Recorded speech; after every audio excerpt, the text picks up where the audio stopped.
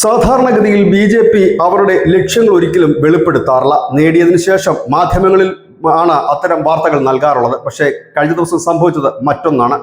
ബീഹാറിലെ തെരഞ്ഞെടുപ്പ് വിജയം ആഘോഷിക്കാൻ ബി.ജെ.പി. അവരുടെ ദേശീയ ആസ്ഥാനത്ത് ഒത്തുകൂടി. അവരുടെ പ്രവർത്തകർക്ക് മുന്നിൽ നരേന്ദ്രമോദി പറഞ്ഞു, ഗംഗയൊഴുകുന്ന ബംഗാളാണിനി അടുത്ത ലക്ഷ്യമെന്ന്.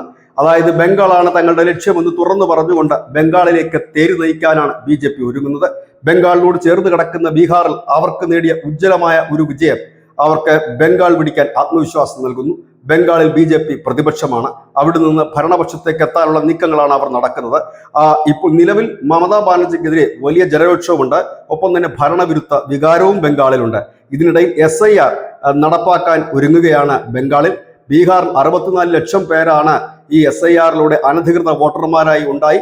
SIR വന്നതിന് ശേഷം പുറത്തു പോയതെങ്കിൽ അത് വെസ്റ്റ് ബംഗാളിലേക്ക് എത്തുമ്പോൾ 1 കോടി പേരെങ്കിലും ഉണ്ടാകും എന്നാണ് രാഷ്ട്രീയ നിരീക്ഷകരും കരുതുന്നത്. ഏതായാലും അതിന്റെ ഒരു പ്രവർത്തനം നടക്കുന്നു. ഒപ്പം തന്നെ RSS അടക്കമുള്ള സംഘടനകളും അവിടെ തെരഞ്ഞെടുപ്പ് പ്രചരണമായി മുൻപോട്ട് പോവുകയാണ്. ദക്ഷിണേന്ത്യക്ക് വേണ്ടി പ്രത്യേക ഒരു പാക്കേജ് ബി.ജെ.പി. അണിയറയിൽ ഒരുക്കുന്നു എന്നുള്ളൊരു വാർത്ത കൂടി ഇതിനൊപ്പം വരുന്നുണ്ട്. ഏതായാലും മമതാ ബാനർജിയെ സംബന്ധിച്ച് കാര്യങ്ങൾ അത്ര പന്തിയല്ല.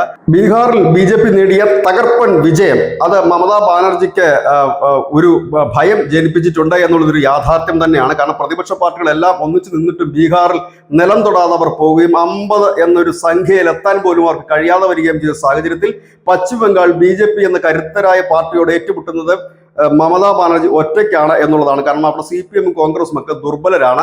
അവരെ ഒപ്പം ചേർത്ത് പോവുക പ്രയാസകരമായ കാര്യമാണ്. ഒപ്പം ചേർത്ത് പോകാൻ കഴിയാത്ത ഒരു സാഹചര്യം കൂടിയുണ്ട്. കാരണം CPM ഒരിക്കലും തൃണമൂലിന് കൂടെ നിർത്തി കൊണ്ടുപോകാനും കഴിയില്ല. ഇങ്ങനെ ഒരു സാഹചര്യത്തിലാണ് മമതാ ബാനർജി പറയുന്നത് ഇത് മണ്ണ് വേറെയാണ് എന്നൊരു മറുപടിയാണ് മോദിയുടെ ഈ പ്രസംഗത്തിന് മറുപടിയായി മമതാ ബാനർജി നൽകിയത്. News desk.